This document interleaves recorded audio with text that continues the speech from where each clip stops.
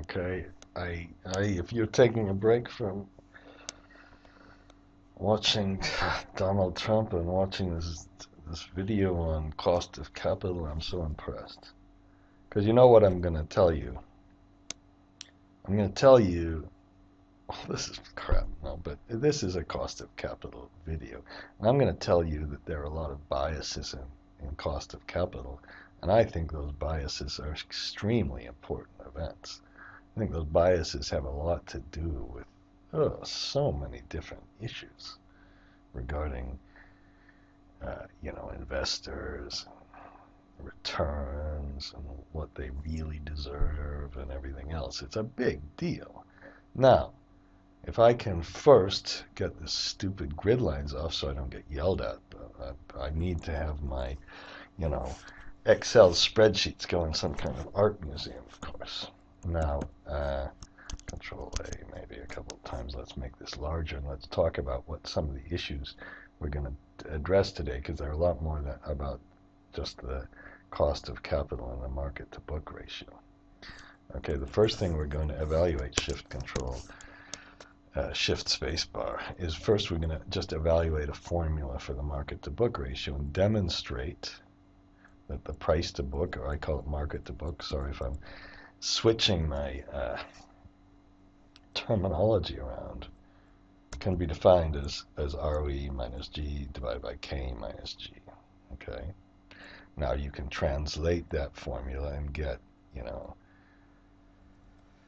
the fact that when ROE is equal to the K, it's pretty obvious that the price to book ratio is 1. Now, I'm going to take a little digression and then demonstrate that this formula doesn't require the same sort of inflation adjustments that the PE formula requires. It's indeed a more robust formula because there's no inflation adjustment. We'll work through and demonstrate again that this formula is market to book ratio, PB. I'll put PB this time equals. And then third, we'll show you that the formula, we'll make a formula where the growth rate, the return, the growth rate and the return are not constant. Okay, the cost of capital will leave the same, and we'll use an interpolate function that I'm surprised I got so many hits on this horrible video I did. Some of my videos really suck. I hate looking at the old ones. But that one does, and I got too many videos. I wish that people would look at how to use this function called interpolate that really does a decent job. I think it's a big breakthrough. And then we're going to do some regression. Regression of real data. That's kind of where I'm starting. We had this beer company sample and show you how you can take real data and get an estimate of the cost of capital. To estimate.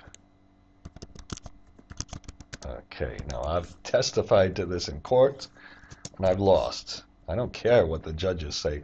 It's the right way to do it. It's the most rigorous way to do it. And it gives you answers you don't like, which are generally pretty low cost of capital. Tough, whatever.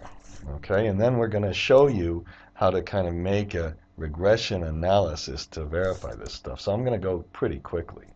The first thing is the formula, okay? Let's get our horrible grid lines off of here, of course. Now, we start with our basic value formula, dividends in the next period divided by 1 minus growth. Now, we know the dividend payout ratio can be defined as 1 minus G over ROE, so we substitute for D1 up here, this D1, you substitute E1 times the dividend payout ratio. And then you get dividend payout ratio is BV times ROE divided by 1 minus ROE. Okay? Just a second. Oh, because E earnings is ROE times book value. And you plug it back in, BV, and you plug the rest of it in, you get this long formula.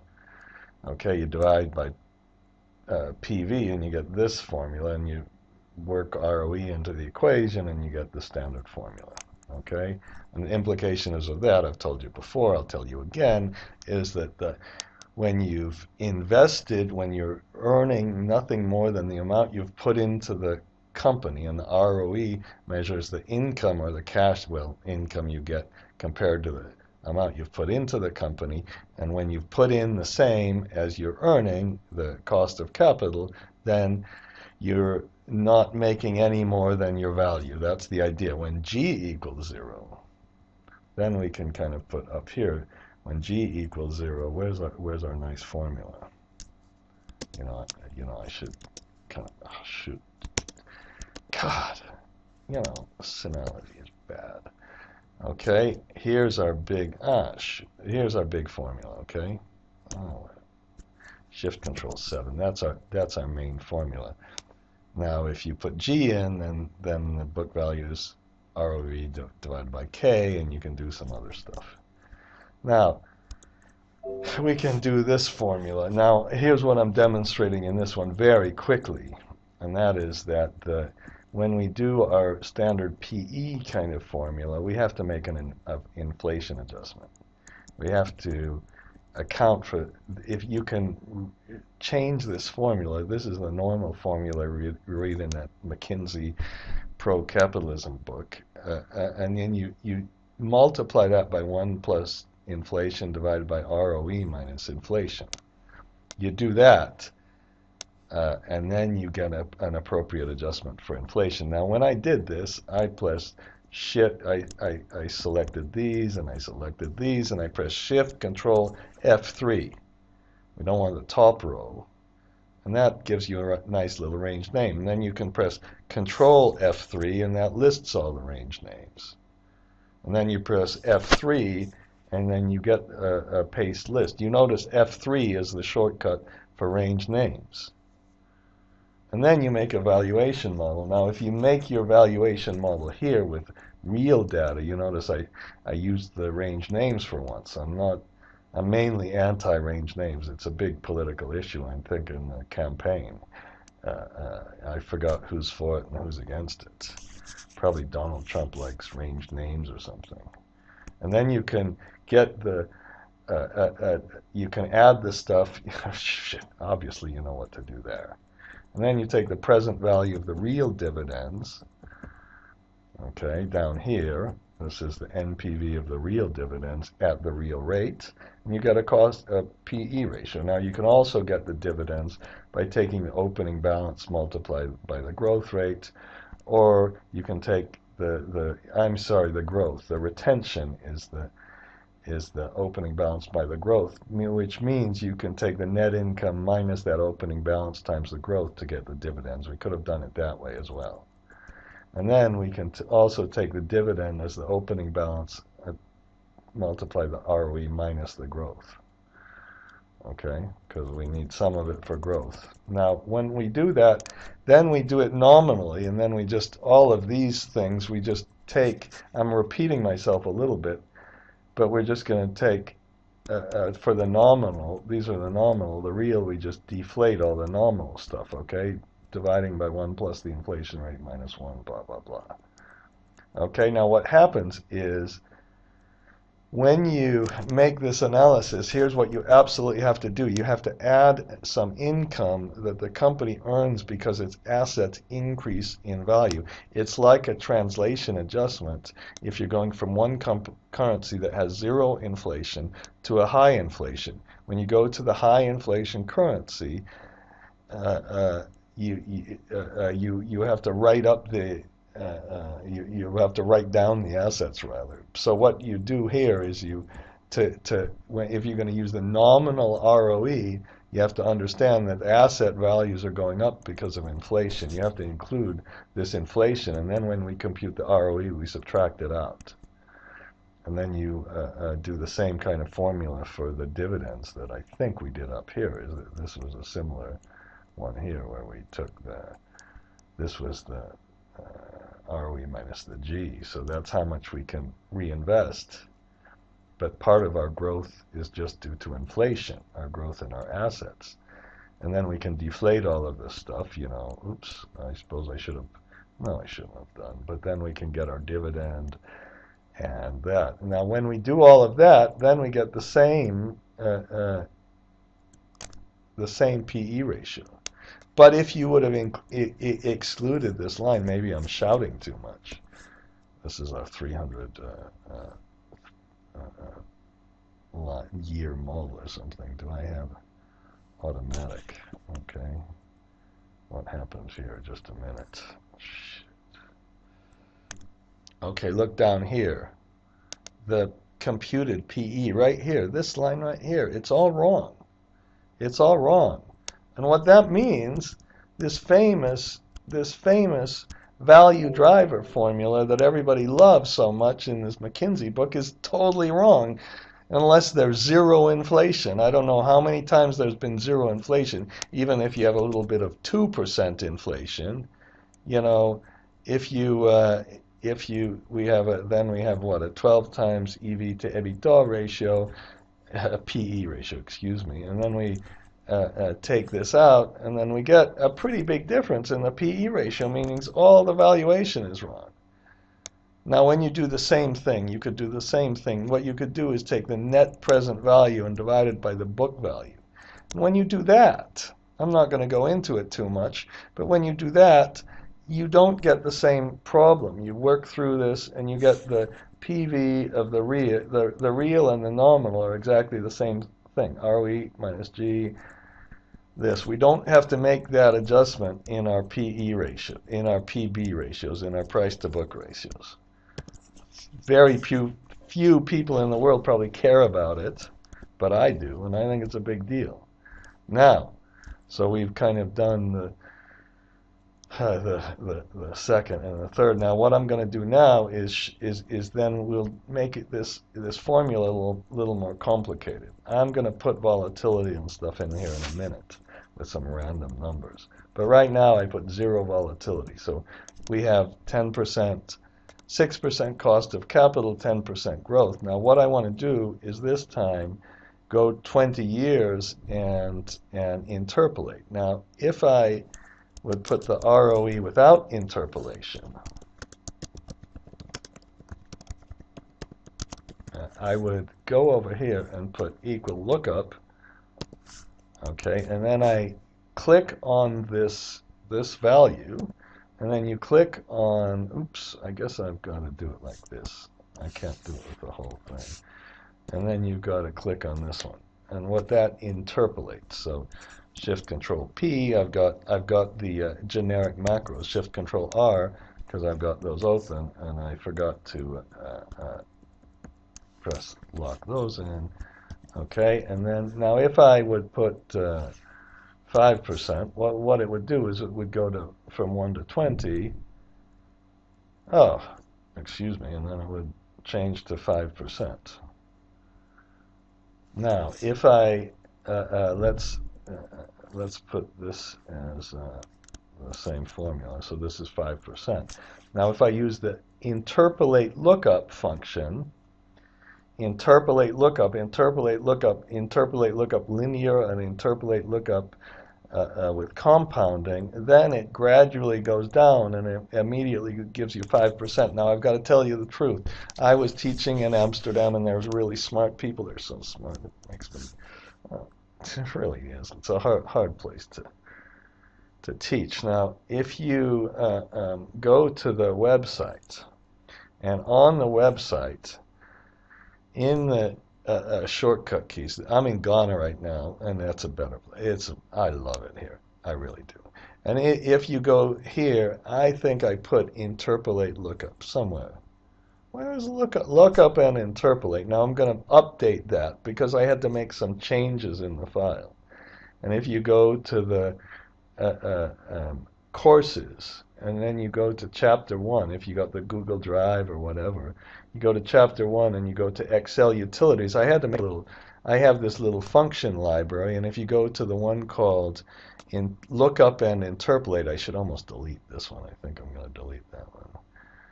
Okay, this is the big one. And I might put some other stuff in here and try to explain how you go to the developer tab, you copy it, you copy the macro. So let's go to the developer tab.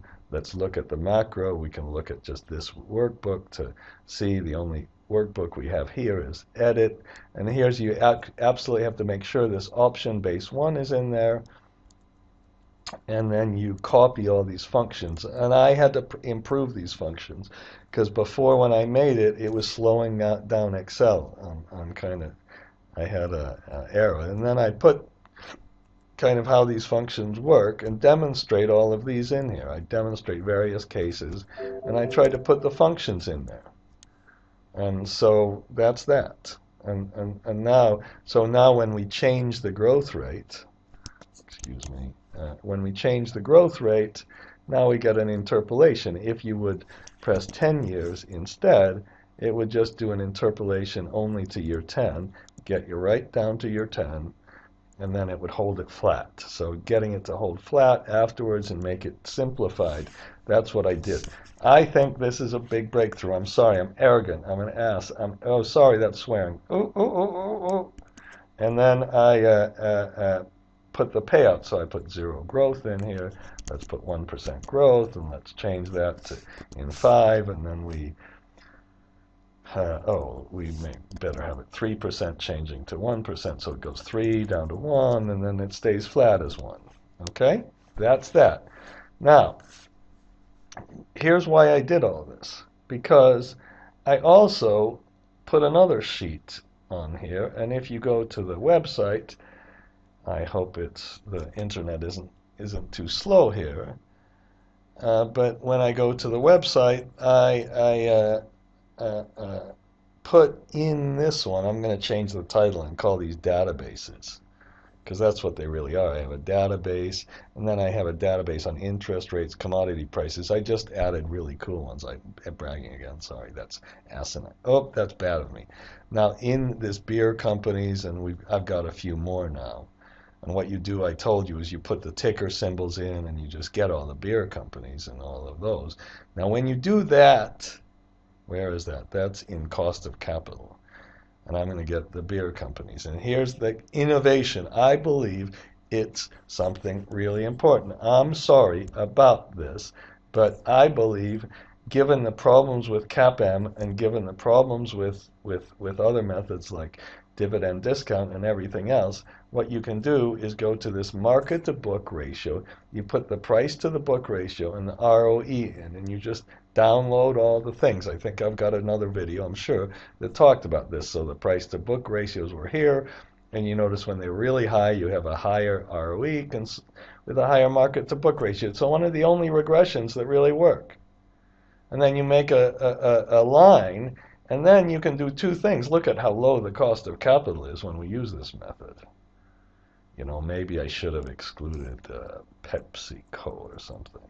Maybe I should have put false. So, of course, when you exclude one of these, I probably should have, it's calculating, so we'll give it a minute to calculate. And then we'll get I'm not switching the video off for this. We get a little bit of a different cost of capital. It's driven by the outliers. So you've got to be careful with the sample, but you can just, once you have this formula, you just say, well, ROE equals A times B, A plus B times market to book ratio. If market to book ratio is 1, then ROE is A times B. Now over here, we're going to use, I used a line est function, and the line estimate just gives you this function. I didn't need to do it over here. You do the same thing. You put line est, and you put false and true. Then you press Shift Control Enter because it's whatchamacallit, array function. And over here somewhere, I better have computed the slope and the intercept. I think up here I just do slope and intercept, and you can put r squared and everything else. Look at this r squared 95%. Then you can, so you can do, if the intercept is 0, then ROE is just B times price to book ratio. And you just get that. So the last question we have, I'm closing this file. You know, I think it's an important file. I think you can just, I don't know, maybe Bloomberg does it. I, of course, can't afford Bloomberg. Now, but I don't know if they do the nice little graph and compute the cost of capital for you. Okay. Now, oops, oh shoot, why did I do that? Beer already. Okay, I celebrated. I'm finished with the class. Let me see. Now, if we put in some of this data, this says, okay, this is just our value driver formula. I'm just reviewing that. That says ROE minus K, so all we did was we back into the K from the ROE. Oops, oh no, I hate it when it does that. Somebody tell me why it does that. One of you really smart young people, can you please tell me why it does that? Okay. Now, what I'm going to do is put in, and I'm going to use a norm inverse, which a bit of a standard deviation, standard whatever, standard normal, and then putting equal rand. That just gives you another video. Maybe I'll make about better videos about Monte Carlo simulation. And what we're going to do is just see if this formula works. That formula, if you have constant growth and constant ROEs, there's no big deal. If we, if it's like this, it's clear that this formula 6% works. But what happens if the ROE changes? And this growth rate changes. What happens then? Let me see how far, oh shoot, I'm on 21 minutes. I'm going to stop this video, and then I'm going to talk about the regression equation with this changed data in the next video. That's enough of the first one.